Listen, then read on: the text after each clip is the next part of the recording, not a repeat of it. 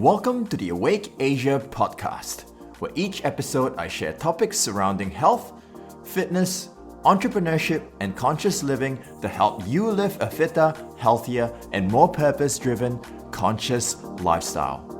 My name is Luke. I'm an author, educator, along with my wife Emily, a mum and ultra-endurance athlete. We are the creators of awakemethod.com. This week, I'm joined with Dr. Thomas Lodi. Dr. Lodi is an expert on cancer and was one of the presenters for this year's PlanFit Summit. What he shared really blew my mind away on the mystery that is cancer. And I wanted to make what he shared readily available on this channel as well. In this episode, we chatted about the mechanisms of cancer, how it manifests, and what to do to almost cancer-proof your life. We started the conversation with Dr. Lodi sharing about why he decided to start his practice in Thailand. On to the episode. Awake Asia. Working with cancer for so many years, and I'm looking at the data and the statistics, I'm well aware of the fact that we are, the planet Earth is in the midst of a pandemic that it has never, ever seen. I mean, 1 out of 6 people on planet Earth today will get and probably die of cancer. Now we've never had anything like that that covered the span of the whole globe. So that's what we call a pandemic as opposed to an epidemic, which is, in one location.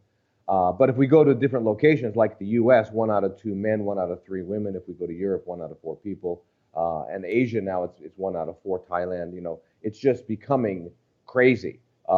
So we must do something. And what I have found is through my work over the last 20, 25 years, specifically with cancer, is I think really dealing with the fundamental pathology, the fundamental way that cancer comes into being. And think about it. If you don't understand what is causing something, there's no way you can turn it around. And that's our goal. Our goal is to turn cancer around. Our goal is not to kill and attack and that whole paradigm, which I'll discuss probably in a few moments. But anyway, so I came here because I wanted to open up a center. The reason I chose Thailand is I see Thailand as being in the heart of Asia. I mean, in the north is China, to the west is India, and then you have all of Southeast Asia just right there, including Singapore and all the way down to Indonesia. So it's right in the heart, in the hub, and there's lots of international flights to it and all that. And it's also a very friendly place for people who are in Thailand. In Thailand, if you're here to do some good and you're a foreigner, you're accepted, and even if it's not mainstream, and that's kind of like all of Asia. One of the reasons I love Asia is because Asia is not locked in the medical Western paradigm. The Western paradigm of duality, of polarity, of is it this or that? Like for example, the Western mind would ask, what's better, day or night? An absurd question. They're both necessary, and neither one is better. Neither one is less is not better. I mean, it's an insane question, but that's what the Western mind would ask, and the Eastern mind doesn't ask that question because you have the symbol of the yin yang, which tells you that it's one. It's only one thing, and those are 2 aspects of it, and they understand it. And so we don't, so in the East they don't divide, and they see the forest and they don't see the trees. They can see the trees if they need to, but they basically see the forest. They see the beauty, the wholeness. So that's why I came here. And Thailand's open. It's in the center, and the world's in the middle of a pandemic. And what I want to do is bring this healing set of modalities. It's a healing paradigm. I want to bring to other countries. I want to bring to Malaysia. I want to bring to Indonesia. I want to bring to Singapore. Singapore is going to be impossible because of the laws, but I can do it in India. So I can bring it around there, and then I guess at least if we're in Malaysia, Singaporeans can go over the border and do that. But I want to put it around because it's a pandemic, and so that's why. Long answer. And I just want to kind of backtrack, zip back to what you said earlier in terms of 1 in 6 people are affected by it. Are certain cancers more prevalent in certain regions, and what are the top cancers that are out there right now? You can kind of divide cancers into two groups. Well, you used to be able to. Kind of those that were considered infectious versus those that were considered lifestyle. So the infectious ones were things like cervical cancer, which is related to the human papillomavirus, Burkitt's lymphoma, and nasopharyngeal cancers, head, nose, and mouth, throat cancers, which are related to Epstein-Barr virus, liver cancers, which are related to hepatitis B viruses, um, and um, um, and then HIV, which you can wind up getting different other kinds of lymphomas from that. So there are what we know, what we consider, and then there's also in the infectious cause is liver cancers, bile duct cancers, which come from, which are related to, not come totally from, but are related to a liver fluke that is found in fish. And Thailand actually has the highest incidence in the world of this because they eat a certain kind of fish that grows in the ponds. That it's not the ponds, but it's kind of the waters that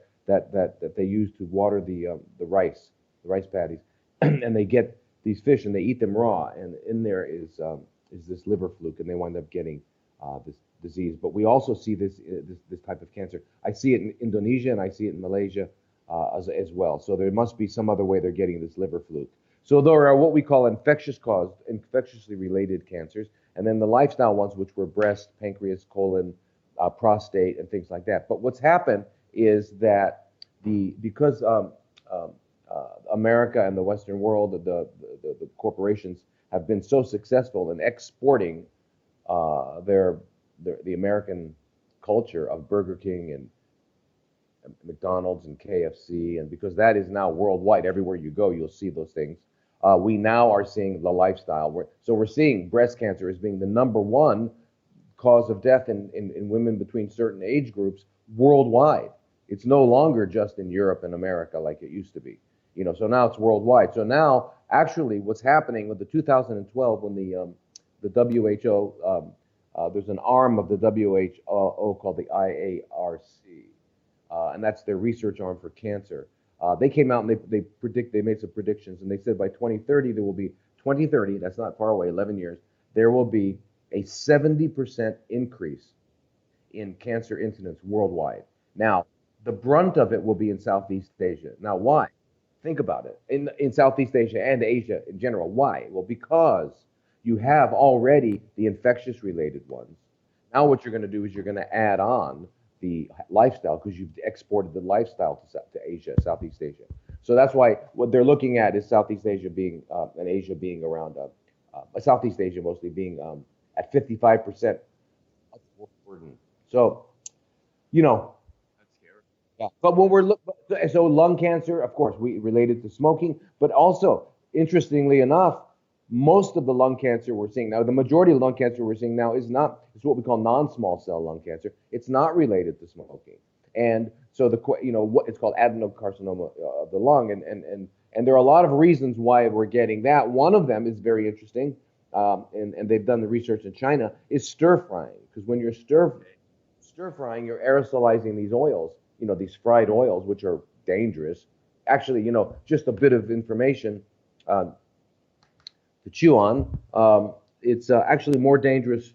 Well, let me turn it around. It's safer to smoke a cigarette than to eat a French fry. Wow. That's how bad fried food is. Not that either should be done, but I'm just saying. If you had to say, okay, am I going to smoke or eat fried foods? Smoke.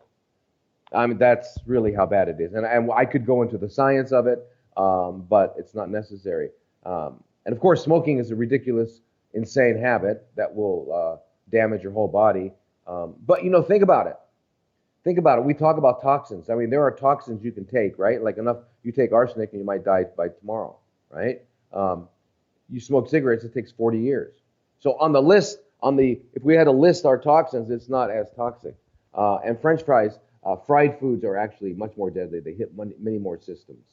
The goal in life is to avoid all toxins and to eat only foods that will help that can be transmuted into healthy flesh and blood. That's what you want to be eating. You want to avoid all that. You want to avoid smoking. You want to avoid breathing anything but ambient air, et cetera, et cetera, et cetera. But if you make a decision that, look, I got to live toxically, you know, I got to do certain things, then I'm going to help you out. I'm going to tell you how to uh, prioritize your toxic. For sure, for sure. Definitely want to go into the application and what people can do to kind of cancer-proof themselves a little bit later. But before we actually get there, I just want to get your opinion of what cancer is and how does it actually manifest in the body. Cancer is very simple. It was pretty much discovered or elucidated, uncovered in 1931. Dr. Otto Warburg, in those days he didn't have the vocabulary that we have now, or the scientific knowledge. He called it a failure in cellular respiration. Now, cellular respiration, we now know, is what occurs inside the cell within these little organelles called mitochondria. Now, these mitochondria, they take oxygen and glucose and they produce energy, which is called ATP. So they're very efficient. One glucose molecule with 6 oxygens actually becomes 36 to 38 ATP, which is a very high yield. Gives you 38. So, and that's important because each cell needs about 1 billion ATP at all times to run all of its fundamental requirements just for continuing to exist. And then on top of that, to produce proteins or produce hormones or do whatever other work the cell does. So it needs 1 billion ATP at every moment. So it's constantly busy.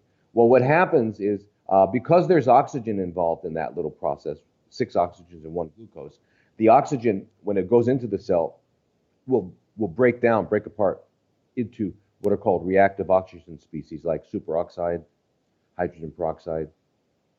And these are what are called free radicals. Now, free radicals are neither bad nor good. They're necessary. They're used throughout all of nature. Our white blood cells use free radicals to kill bacteria, to kill viruses.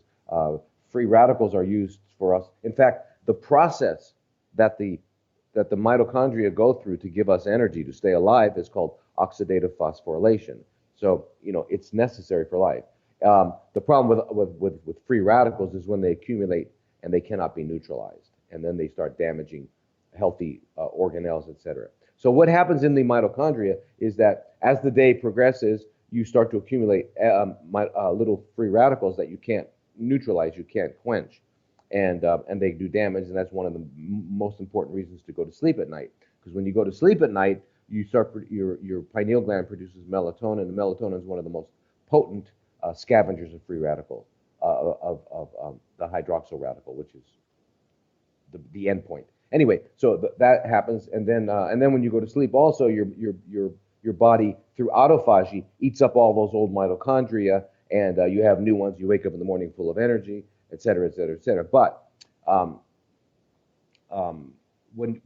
because there's oxygen, because there's free radicals, these are the parts of the cell that are most vulnerable to being damaged. So if you have that going on, just the natural process of free radical accumulation in mitochondria, and you're eating chemicals, you're breathing really foul air because you live in Mexico City or LA or something like that, and you're wearing clothing that's toxic, and you add all these things on, you're inundated with Wi-Fi, and on top of it all, you're totally stressed out all day long because you're late for this, you're late for that, you should have done this, and you put all that together, and what happens is you start to get accumulative damage of the mitochondria because, as I said, they're vulnerable. When you lose 40 to 60% of their function, the cell now, in the homeostatic corrective response, in order to stay alive, starts to ferment glucose, because that's the only other way it can make energy, and it's got to make energy. So now it goes into fermenting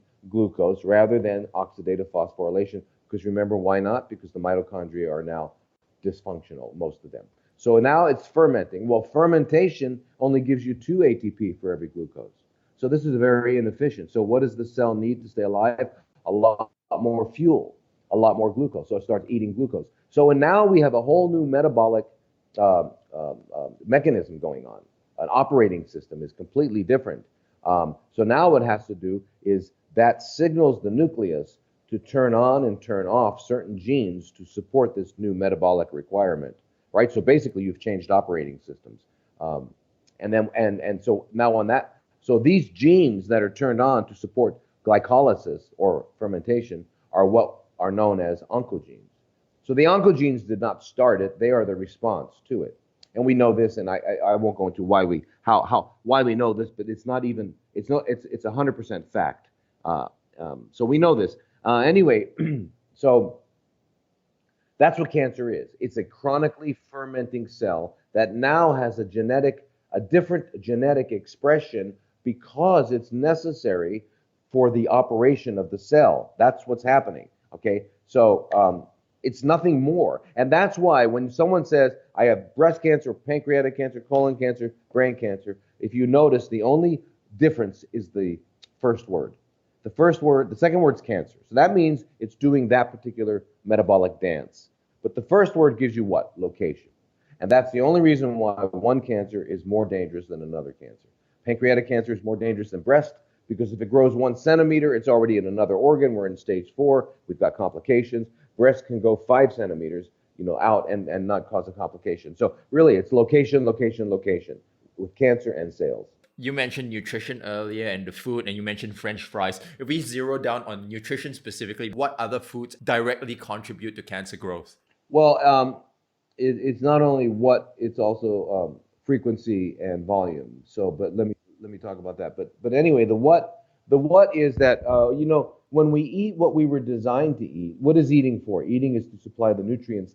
What are nutrients? Nutrients are fundamental organic chemicals and inorganic molecules that are necessary to produce new cells and produce energy.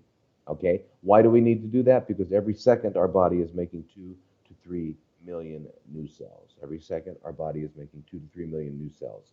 Okay, so it's very, very busy. It needs a lot of raw materials in order to do that. So those raw materials are obtained from what we eat and breathe, what comes in through our skin, etc. Okay, so we need to make sure that what we're getting in is appropriate to satisfy that need of making new cells and also producing energy. So that's what food comes down to. So what is food? Food is anything that can do that. And for example, can you get some protein from eating a dead animal? Yes, absolutely. You eat the muscles of a dead animal, and you will get a lot of protein. But you get a lot of other stuff too. You get a lot of fats and other things that actually cause damage. And also you get a little bit too much protein. And I won't go into that. But anyway, that turns out to be carcinogenic. Sets up the stage for cancer. And not only that, but even in something as simple as milk.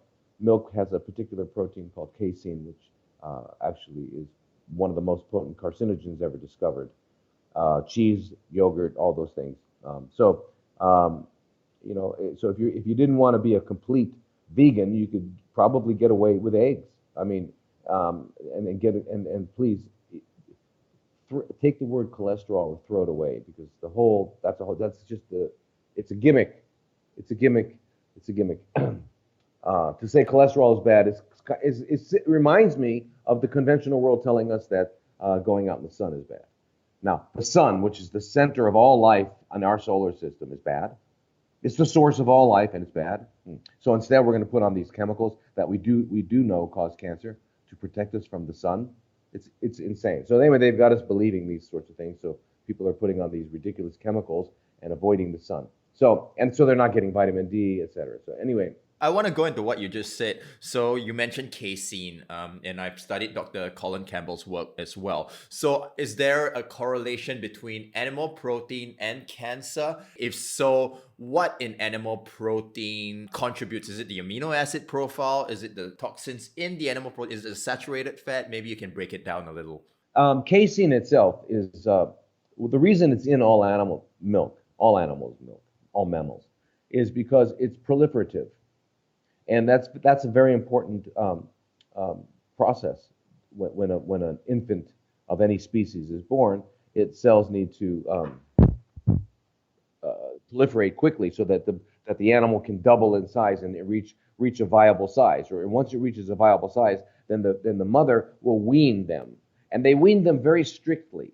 They don't negotiate. They don't say, okay, a little bit on Tuesday night, and then maybe we'll do it on the weekends. It's nothing like that. It's like it's a cutoff point where you're weaned, and that's it. And then no adult animal continues to drink it. And that's why the instinct of all these animals is that way. It's very strict because why? Because now once you've achieved a certain age, certain height, a certain weight and height and all that and development, if you stimulate proliferation, that's unchecked proliferation is what cancer is. So you definitely don't want to do that. But the other thing about getting too much protein, the more protein you are getting into your body, the less autophagy you do, because autophagy is turned on in response to that, in response to amino acids going down. That's one of the reasons it gets turned on. So if you're getting a good supply, you're not doing autophagy. If your cells aren't eating themselves up, recycling themselves, then they're accumulating toxins and becoming dysfunctional. And then you have the same sort of thing. You wind up losing the ability of apoptosis. If you stop apoptosis, then you essentially will eventually turn into cancer as well. So the fats. The reason you have to understand why fats are so critical is that if you consider we have 60 to 100 trillion cells, they're all covered with membranes. Each organelle inside the cell is covered with membranes. Those membranes are about 70% fatty acids, right? Phospholipids, right? The rest are glycoproteins and glycolipids and things like that. Sugars and amino acids attached to fats. But basically, it's fat. And the membrane of the cell actually serves as a capacitor. And because if you want to understand what a capacitor is when you have two conductors separated by an insulator. So when you have a cell membrane, a double-layered cell membrane, bilayered cell membrane, it's got two phosphates. They're called phospholipids. So that means it's a lipid. That means a fat with a phosphate on the end of it, and then another fat with a phosphate on it. And the two fatty strings are together, and the two phosphate groups are on either side. And so one is on the outside of the cell and one is on the inside of the cell. So it allows water-soluble substances to go by, electrolytes, etc. So it's a conductor. Where those two tails of the lipid are connecting, it's insoluble to water. So it's an insulator. So now you have, in effect, a biological capacitor that holds charge. Why are we holding charge? Because the voltage of a cell is directly related to the amount of ATP or energy produced.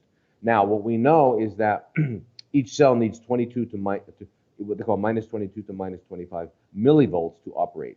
If it gets beaten, it gets damaged, and an inflammation occurs, it has to get up to 50 millivolts and hold it there in order to heal. And if you have a chronic situation like cancer, like arthritis, like heart disease, like hypertension, diabetes, you've got to get up to minus 70 millivolts to hold.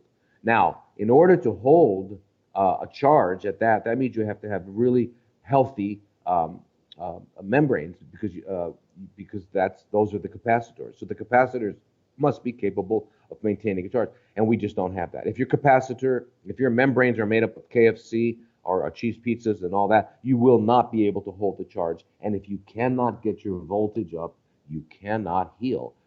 You can't heal from anything. When we look at chronic fatigue, we look at any of those things. What we need to do basically, it's a very, very simple thing. It's what we need to do in all conditions. And that is we need to revitalize mitochondria, and we need to make really healthy, strong membranes to hold the voltage in, the charge. Because remember, life is energy, and you run out of energy, the game is over. That's it. When you instead of a 25 millivolts, you get to 15 millivolts. You're really tired. You can't get up. You get up. You walk around. You certainly can't go to work. You get to 5 millivolts. You're bedridden. You can hardly go to the bathroom. You get to 0 or reverse polarity, and you have cancer.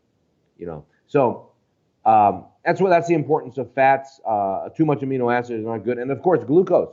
If you start getting too much glucose in your body, in your extracellular fluid, your cellular machinery says no, this is deadly, and so it's the membranes of the cell send a signal to the nucleus saying we need to stop absorbing glucose. So insulin receptor production goes down, and the cells become what is known as insulin resistant. We call it diabetes. We call it a disease. It's not a disease. It's the body protecting itself from our madness. So it's an adaptive response. And everything that the Western world calls diseases are merely the body adapting itself to and engaged in a homeostatic corrective response to maintain functional integrity until you can wake up and start eating like a healthy human should.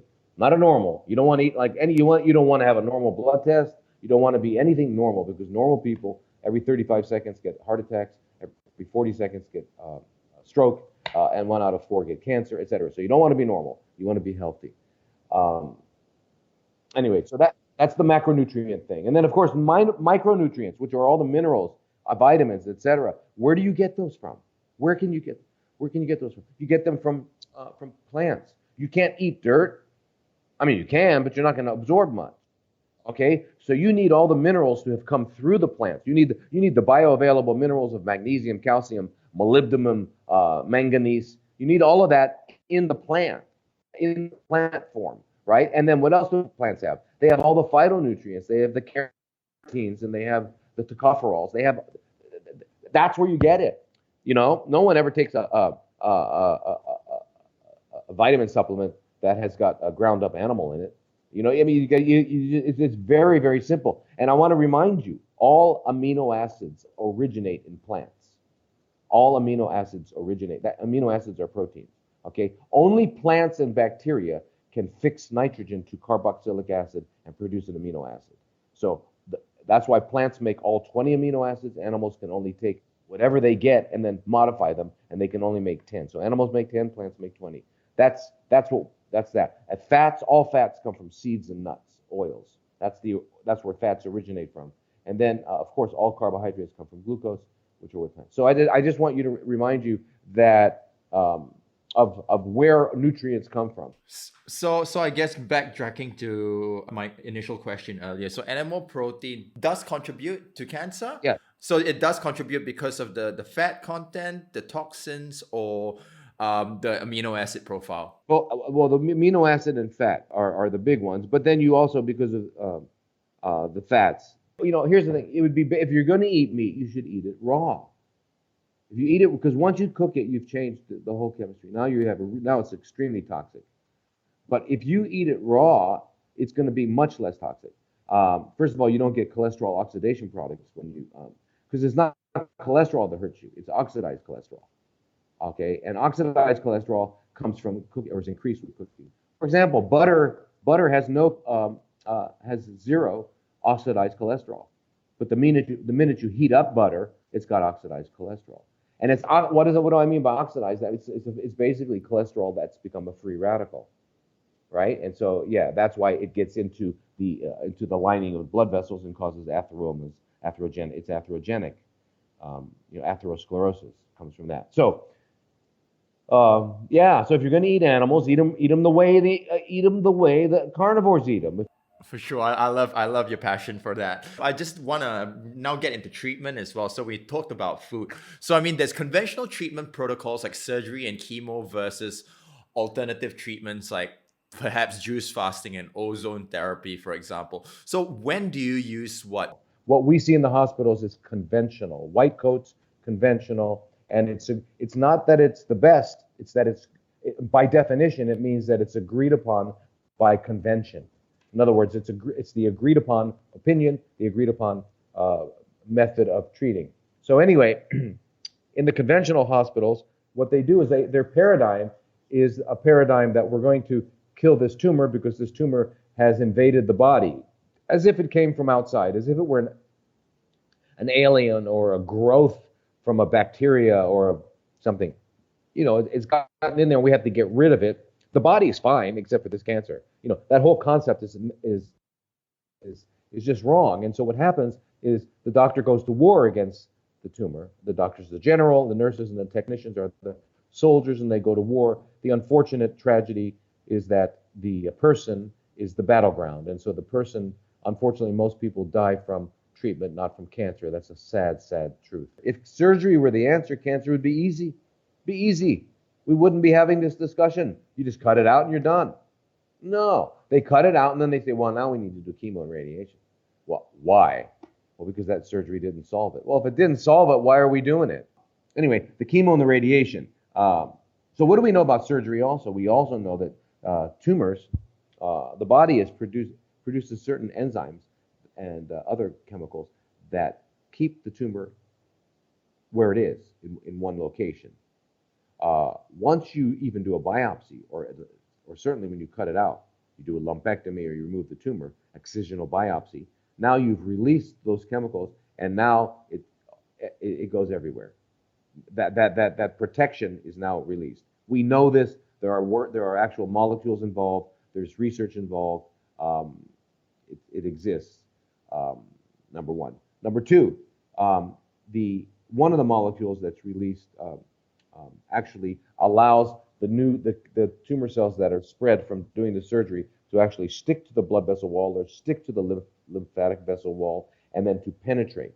Okay, it's called galactin-3. So it allows galactin-3. It increases its ability to, it goes into the, and it stimulates metastasis. So there's other ways, inflammation, etc. So there's 4 ways that surgery causes metastasis.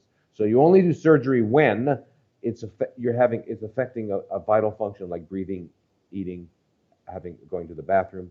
It's in the brain, things like that. Or number 2, it's excruciatingly painful. Or number 3, it's simply too big, and the body will never be able to deal with it. Other than that, there's no reason to do it because you're not going to accomplish anything. You haven't cured the person. Now you've also, anyway, I won't go into all that. Now the chemo we know stimulates what are called the WNT16 proteins, which are necessary for metastatic spread throughout the connective tissue and into blood vessels. That's one of the things. There's there's a whole list, a lot of research on how chemo spreads cancer. Not only increases metastasis, it also damages. It's not targeted. It's an equal. It equally goes to all cells. So it also damages the immune cells, the liver cells, everything. So it's like if you had let's say you had a scorpion on the wall, right? And there was a deadly scorpion. So you wanted to get rid of the scorpion, and you take a hand grenade, you throw a hand grenade at the wall. Does that make sense? I know. Why don't you get it like a little dart, or something like that? Keep the wall. You don't have to get rid of the wall. Anyway, that's kind of what they do. That's what the chemotherapy does. So that's why if you look into oncology, in conventional oncology, for the last 10 years, more, everything's been looking at how do we target it. So they're targeting it with monoclonal antibodies. They're targeting it with other kinds of things. And most of the drugs now end in IB or AB, because meaning that they're targeting mechanisms. The problem is because they're synthetic, because they're not natural targeting mechanisms, then you don't really know the ultimate effect on the body. So, for example, if they develop a monoclonal antibody that they think is going to target a particular area of the immune system, for example, that's gone awry, they think, or a growth factor like HER2 or whatever it is in breast cancer, or tamoxifen. Let's say they develop something that's going to attack that. What they don't know is, will it attack something similar, biochemically similar in the body?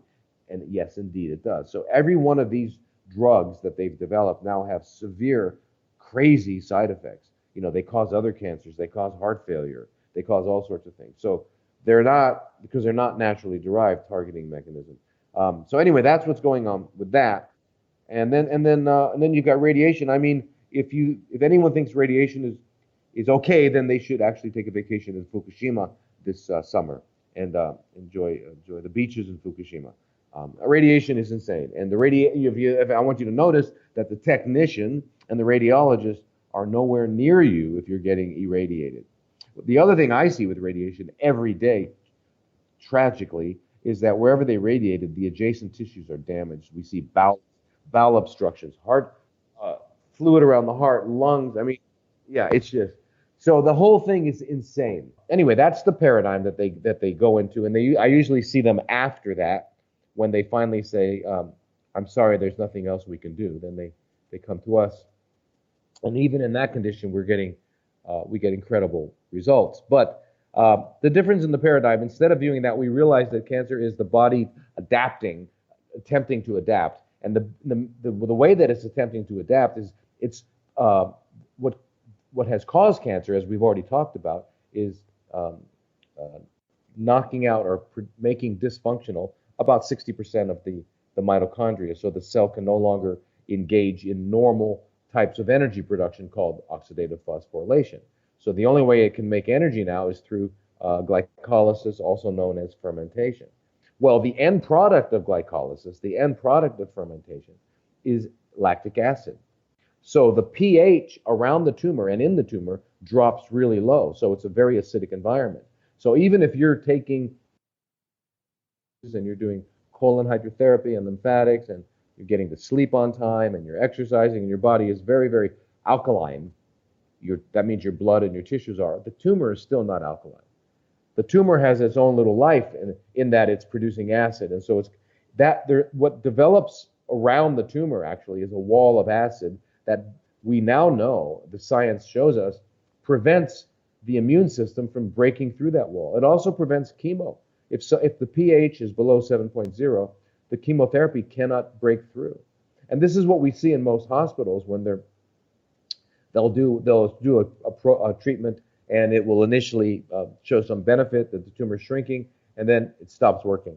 So they go to another protocol, and they go to another protocol. And basically what's happening is it's all being shut out by this acid wall. That's one of the mechanisms by which the cancer is overcoming, becoming resistant to the chemo or the radiation or whatever it is, the targeted therapies, all these new ones.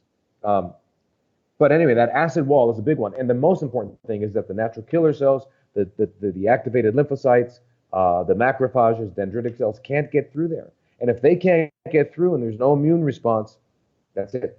Can't resolve this problem. So what we've done, we've been working with Japanese and German professors from around the world who are located in different spots other than their home countries, and we've got some amazing therapies. So what we do is we use a very natural substance.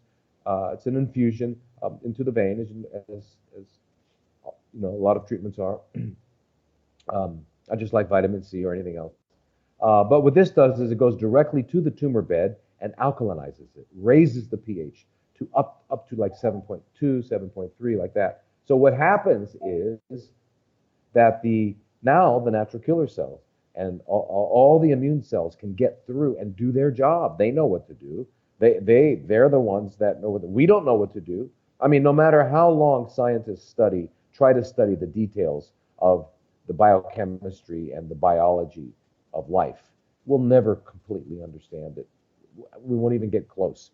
So anyway, but these immune cells know exactly what to do. So basically what we're doing is lifting the wall and allowing them to get in. So that's one of the therapies that we do. The other therapies that we do, of course, are to clean the body out and get rid of all the toxins and waste products, balance the hormones, get to sleep early, teach ways of removing stress, because stress exacerbates all of this. And then we wake up the immune system too, because in addition to doing all of that and making it alkaline, we will also give other therapies that metabolically eliminate cancer, not by poison, but by metabolic therapies such as intravenous vitamin C, intravenous B17, intravenous quercetin, intravenous curcumin, intravenous artesunate, things like that are all botanically based therapies that don't kill. They just put the cancer cell in a position where it needs certain enzymes to survive, and it simply doesn't have them. And so healthy cells do well, cancer cells don't do well at all. And then the third aspect is to stimulate the immune system, wake it up, because it's been hypnotized by the cancer. So doing all of that, what we're doing is just putting the body in the position to do what it knows how to do. We're not telling nature how to work. We don't presume to even understand what it is that nature should do. But we have the incredible respect and reverence for nature and its wisdom, which is from God. And we know that it will take care of the job. It just needs to have a few walls lifted and take out a few boulders from the stream so it can flow steadily, and that's it. So that's basically what we do. And it turns out to work incredibly well. So, with that in mind, a lot of people, when diagnosed with cancer, are pressured into conventional treatments, like what you just shared. Are there any issues with that? And in your experience, can you share any stories in your practice of people doing so and coming to you and what you've done differently instead? That's the problem when someone gets cancer, the whole family gets activated, and rather than and people have their different prejudices, and most people think that the conventional world is going to help with cancer. They don't know the real data. The real data, published 2005 Journal of Clinical Oncology, showed that the contribution of chemotherapy to cancer. They did a meta-analysis in America and Australia, and their conclusion was if you get standard chemotherapy and you have stage 4 cancer in America, you have a 2.1% chance of being alive in 5 years. In Australia, you have a 2.3% chance of being alive in 5 years. So that means, let's turn that around, that means you have a greater than 97% chance of not being alive. Now, I don't know about you, but I would not get on a plane that had that kind of statistic. So anyway, but they failed to tell you that. And that's what you have to remember, that fraud can either be by commission or omission. When you have fraud by commission, that is, you tell a lie. Fraud by omission is you just fail to tell the truth. And that's what they do all the time. You enter the hospital and they give you some data and they say this is highly effective in 80%. Well, what do you mean by highly effective? Well, what it turns out, if you look at the study, it means they had a 3-month cancer-free progression. It means it didn't grow, but it didn't go away for 3 months. 80%. Highly effective. That's what they're looking. So you got to ask them what they're talking about. But anyway, so most people are pressured by their family and by their own fears to go into the conventional world. And that's why the majority of people we get have already had chemo, radiation, and surgery, and the conventional world has told them there's nothing else we can do, or they're now saying, okay, we're going to change chemos now, and the person says, no more, and they just run away. That's how we usually get people. And even in spite of that, we're getting up to 60% of the stage 4 people, rather than just 2.3, 2.1. So, but nowadays, which is nice, is that more and more people are coming at earlier stages, just because it's, as I said, cancer is so pandemic that almost everybody either has had a friend or a relative that's had cancer, so they've seen what they go through and they just don't want to go through that. So we're starting to get people sooner, which is fantastic. So what we do anyway, so I see that, and then they come to me, and it's tragic. But some stories. I'll give you a story of a lady who came. She had the standard treatment, and she had breast cancer, and it was now in her lung. She was brought into our clinic on a gurney. She was from China. This was back in the U.S. She was brought into the clinic on a gurney with the breathing apparatus, and she had seen some of my videos. And so when I walked up to her, she grabbed my arm and she said, "Thank God, now I know I'm going to make it."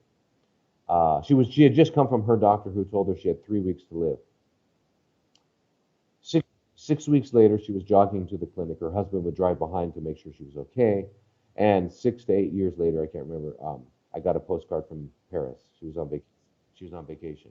And I have many stories like that. So that is common, and that's more common than uncommon. So, but what was the ingredient there? And I hope you didn't miss that ingredient. I hope you missed that thing. And that is, she knew she was going to heal. Okay? I don't care what modality you use. I don't care what you're doing. If your mind is not there, you will not heal. And even if your body is well, it was no detectable cancer, and you haven't changed the way you're thinking and inside, within 2 years it'll be back. 3 years it'll be back, because it's a psycho-spiritual condition as much as it is a physical condition. And we have to remember that the human being is mind, body, and spirit, and they're all interconnected. And so you have to deal with that. Anyway, faith is not believing in something. Faith is knowing something that's going to happen that it hasn't happened. Not believing, knowing it. So, and then and we have to distinguish between that, because When you can only, the only thing you ever believe in is something that is not true. You can believe in Santa Claus, you can believe in tooth fairies. You don't believe in mountains or oceans. I want you to understand that the word belief implies doubt. The word belief implies doubt. So the difference between belief and knowing is light years difference. Okay, when you know something, one and one is two. You know that you don't believe it. Okay, you cut your finger while you're peeling an apple. You don't believe it's going to heal. You know it's going to heal. Okay, and when you know that about the cancer, then you don't even need to come to us. When you know it, and that it'll be healed, and that's a big component we have here in Phuket. We focus big time on that. Yoga, meditation, Tai Chi. It's a big part of everyone's day. We also, one of the best medicines we have is called the ocean. We have the beach here, and it's warm, we want your shoes off on the beach, and the plants are all around, and the beauty of it. I mean, so that's the real medicine. Voltaire said that the role of the physician is to entertain the patient while nature cures them. Yeah, and that's what we do. I just consider myself a medical entertainer. I love it. While we're here as well, what's your take on medical professionals giving a time frame for people to live? For example, someone's been diagnosed with prostate cancer and the doctor says, oh, you've got 3 months to live, you've got 6 months to live. How does that affect someone? First of all, the doctor's lying. And what you have to understand is what the doctor just did. He committed something called sorcery. I'm sure everyone's familiar with sorcery. It's when you cast a spell on someone and you've got some powers. When you're in a seat of authority, if you're wearing that white coat and you say something, it's taken as absolute fundamental truth. So you say you're going to die in 3 months. The person usually dies in 3 months. We had a guy with a glioblastoma, a tumor in his brain, and so he was thinking was a little off. But anyway, we realized that after about a month, whenever have had meetings with him, he was always looking at the clock, and we asked him. Finally, he said, "Well, why are you looking at the clock?" He was just looking at the time, and finally it came down. Why are you looking at the time? And he said, "Well, because I'm supposed to die soon." And the doctor told him that. So anyway, keep this in mind. When the doctor, all the statistics that doctors have about how long people survive with cancer, they only have those statistics on the people who do their treatments. The people who walk away and say, I want nothing to do with this, and go to other methods or other modalities, or leave the country, or go to shamanic healers, or whatever they do, there's no data on them. So you cannot include that in the prediction. So what they're saying, what the doctor should be saying, is if you do what I say, you'll be dead in 3 months, you'll be dead in 6 months. But if you don't do what I say, I don't know what's going to happen, would be the truth. Okay? And even that, people do have spontaneous healings. People do. We don't understand it. And that doctor doesn't know when they're going to die. They don't know when Trump is going to die, certainly. They don't know anything. So really, it's a lie. We don't know when anybody's going to die. They don't know if they'll be alive tomorrow. The person could die of a heart attack before that, or the person could somehow resolve the tumor and go on. They don't know. It's a lie. It's a lie. But it's also sorcery. It's an evil lie. They should never say it. They should never say it, because they don't know. Even if you knew, why would you say it? Even if you knew, even if you had you were a clairvoyant, and you had a premonitory glimpse into the future, and you knew for certain the person was going to die on Wednesday, June 3rd. Why tell them? Are you doing him a favor? I mean, what are you doing this for? Is it to make you feel good? Do you now feel like you are very smart, clever? You want people to pat you on the back? You want another medal on top of that white coat? You want another certificate on your wall? What is it? Why would you tell someone that? Anyway, this stuff makes me crazy. For sure. So I think rising from the depths of cancer and the depression that it perpetuates in families and in people, how can someone cancer-proof themselves? That which is required to be restored to health, the same is required to maintain health. So you can look at the most fundamental way of dealing with cancer, if you have it, is the way you should live if you want to not have it. And that is what? Eat human food. And then we didn't talk about intervals. Put at least 18 hours between your last meal and your first meal. So before we actually go into intervals, what do you define as human food in a nutshell? Well, we're primates. Actually, we're actually very close to primates. So all you got to do is just go into the jungle and hang out with the chimps for a while, hang out with the gorillas, and just see what they eat. And that's it. It's living plants, alive plants, plants that are alive that haven't been dead, killed, cooked. That's what they eat. That's what they eat. And by the way, in the jungle, they don't get high blood pressure, they don't get diabetes, they don't get cancer, they don't get any of those things unless they get domesticated. Unless an animal gets domesticated and starts eating the junk we eat, then they don't get cancer. But nowadays, that's not even changing. Even animals in the wild are getting all these conditions because our environment is so toxic. Unfortunately, we have toxins everywhere. PCBs are found in the fat of polar bears on autopsy who have never had any interaction with humans ever. So anyway, it's no longer that way. But I just want you to understand that it's only our domesticated pets that get all the same as. I mean, if you want to do something interesting, you look up the Pottinger study from 1932 to 1942. The Pottinger study with cats, okay, 10-year study. Look it up. There's a book called The Pottinger Prophecy, which you could also want to read. I'll definitely look into that. So how do you spell Pottinger? Pottenger.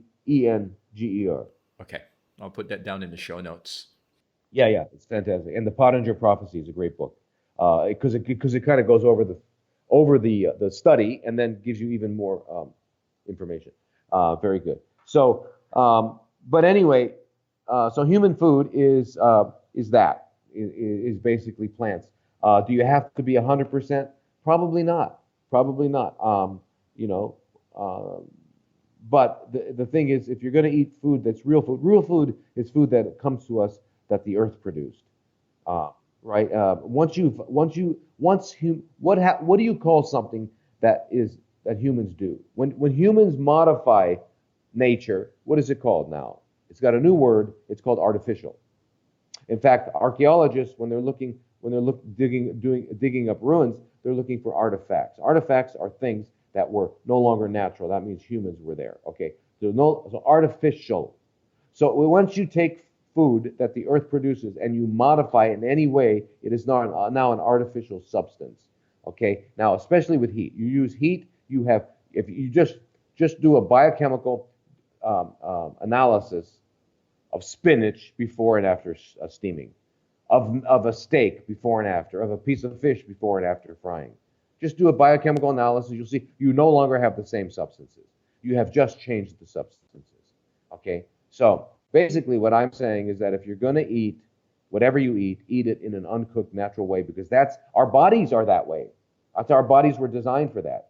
Okay? And it turns out that the food that we're not only physiologically and biochemically adapted to, which are plants, it's also instinctual. I can tell you with not ever having met anyone out there, you have never looked at a cow walking across the pasture and licked your lips and salivated. Never. A lion would.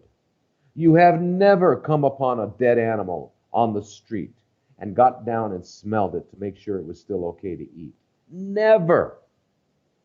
A dog would do that. Okay, so it not only fits into our biochemistry and our physiology, into our deepest instincts that cannot be perverted by culture. Okay, so anyway. So that's number one: human food, plant food, not dead food. No one can be 100%. So don't worry about it. Make yourself 80-20. Just make sure that 80% of what you're eating is real human food, and the 20% make sure it's not bad. I mean, if you're going to eat, you want to eat some cooked food, So there are ways of making that 20% not deadly, but still okay, and still live and still be healthy. But if you're sick, you have cancer, then you've got to do it 100% for a while until your body's back in that condition of being of non-detectable cancer. Then you can add in the 20%. You want that 20% to be, smart, well thought out, healthy. So anyway, the next question was what? So that's number two. You were saying time restricted eating. The intervals of eating. One of the fundamental pathological processes that go on in all conditions that we call diseases, is the glucose insulin dynamic. It underlies everything, from high blood pressure to diabetes to fatty liver to cancer. I mean, you name it. And so the control of that is when you don't eat. So as important as eating is, it's also important not to eat for intervals. So if you can put 18 hours between your last and your first meal, then you will have allowed your body will not become your body will be be insulin sensitive. And the reason that's important is because you have to understand that insulin selectively feeds cancer. Okay, so if you eat something that causes a spike in your sugar, why do I say that? Cancer cells have hundreds of thousands of more insulin receptors than healthy cells. Why? Because they need more sugar. So they've upregulated their insulin receptor status. They have more insulin receptors. Okay, so we know, I mean, that's just a biological fact. And so you eat a piece of fruit even, and you have cancer. You eat a banana, and you have cancer. You eat a donut, and you have cancer. Your blood sugar shoots up. Your pancreas produces insulin. Your cancer cells grab that insulin first, and then they eat first. It's a survival mechanism of cancer. So anyway, what you want to do is make sure that you're not eating foods that cause a spike in insulin, right? You need glucose. There's glucose in spinach. There's glucose in broccoli. There's glucose in every plant. It's not that you're going to avoid glucose altogether. It's just you're going to avoid concentrated ones that cause a spike, because that spike will stimulate insulin, and then you'll feed the cancer first, right? So that's kind of the idea on that. And you make your body more sensitive to insulin. That is, it's more easily satisfied without having to make a lot of insulin. That's very, very important, and that can only happen by having a good interval of 18 hours, 16 hours, 18 hours. But don't negotiate. Do the 18. And here's the other thing. When you're eating nutrient-dense food, real food, you are satisfied. The only reason you still are hungry at the end of your third Big Mac or Whopper, after your third Whopper, the reason you're still hungry is because you haven't satisfied your nutritional needs, but you're too full to eat. And you understand, and I want you to see the madness there. You're hungry, but you're full. So what does that mean? That means we really have to redefine what we're talking about. You still have an appetite, because appetite is never satisfied. But your hunger, if you knew what it was, didn't exist even when you started to eat. So, I mean, I could go into that again. But the point is this, is that you need to put the intervals. So you should probably eat in a 6-hour window of the day. And then eat your 80-20, your 70-30, whatever it is you want to do. That's really good. You got to stop eating. You got to stop eating. If you're under 30, at least 3 hours before sleep. If you're over 30, 4 hours before sleep. Stop eating. For sure. So in summary, I would say the top 4 points based on what you shared was eat human food, basically mostly plants. Number 2 is practice time-restricted eating, at least 6 to 8 hours. Have a positive mindset, and also connect with nature. From what I gather, those are the top 4. I'll tell you one other one. Yeah. Sleep early. Sleep early. Sleep early. 100%. You got it. That's as important as eating. In summary, and just to wrap up, for someone listening out there, what would you say to him or her who might be currently impacted by cancer, whether themselves or loved ones? Well, first of all, don't be freaked out, because if you get diagnosed with cancer today, there's nothing urgent and critical. I mean, it's been around. It's been coming about for over 8 years.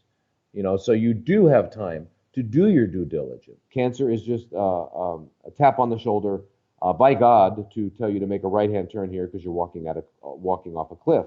That's all it is. It's just a tap on the shoulder. And if you can do what's necessary to change your lifestyle, to change your state of mind, then cancer will become the greatest thing that ever happened to you. And all the people I have in that have gone on to live, many, many years later, have become almost evangelical with their lifestyle changes. It's all lifestyle.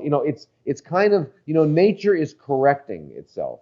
It's, cancer, like Dr. Kobayashi says, that cancer is not the enemy, society is the enemy, and cancer is the cure.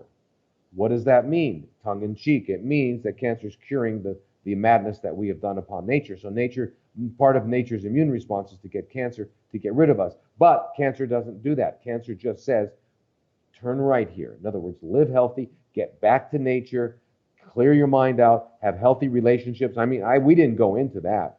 We talked about toxic relationships, go to sleep. In other words, return to nature and you will not be eliminated. But if you don't return to nature, you're going to be eliminated. So cancer is nature's way of eliminating the overpopulation, the madness that we're producing on Earth. But yet I want you to understand, it's only, it's done it as you have the opportunity to turn, and everyone that I've had that's turned in has changed their lives. And here's the other thing. Imagine something.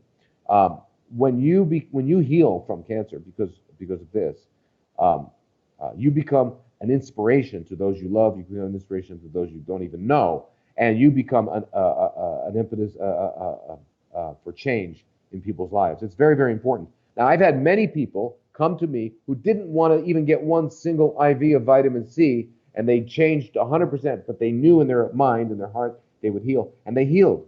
If you're going to buy a car or buy a house or buy anything important, you're going to do your due diligence. In other words, you're going to check out what are the options and what is the most effective. You know, when it comes to medical conditions, we don't usually do that. We just go, we only go to the Toyota dealer. We don't even find out about the Hondas and the Mercedes and the Fords and the Chevys. We don't find out. We just always go to the Toyota dealer. And then we might even go to 3 different Toyota dealers and expecting to get different opinions, and all we get is 2 or 3 or 4 first opinions. We don't even ever get a second opinion. So anyway, do your research, talk to people, etc., find out. Now, the only time that it is urgent, of course, is if the cancer is blocking a vital function, like you can't breathe, you can't eat, you can't go to the bathroom, something like that. I mean, then you might have to do something conventional initially. But if you're not in that condition, do your due diligence. And then I would say start changing your diet. You have to do a fast, a cleanse, change your diet. You're going to need help. You can call us. We're happy to help you from that, even from a long distance. There are many centers around the world that have experience in this area. But you've got to get started to clean out the system. But the most important message I want to give you is don't worry, do your due diligence. And of course, we're happy to help you. We've got our center in Phuket. I'll be helping a clinic in Kuala Lumpur open up soon. Of course, there's Oasis of Healing in Arizona. And we all have the same message. Well, thank you very much, Dr. Lodi. I really appreciate your insight and the work that you do. And I think it paints a picture of hope to people who might be affected by it. So thank you very much, Dr. Lodi. You're very welcome. Thank you for having me. Thank you. Bye-bye. And that's today's episode. Thank you for tuning in today. I really appreciate you taking the time out to listen to this episode. But more importantly, take the first step to living a fitter, healthier, and more purpose-driven, conscious lifestyle. If you'd like more information on what's shared on this episode, visit awakemethod.com/podcast. Beyond that, if you think of any of your friends or loved ones could benefit from listening to this, do share it with them. Until next time, live once, eat plants. See you on the next episode. Bye!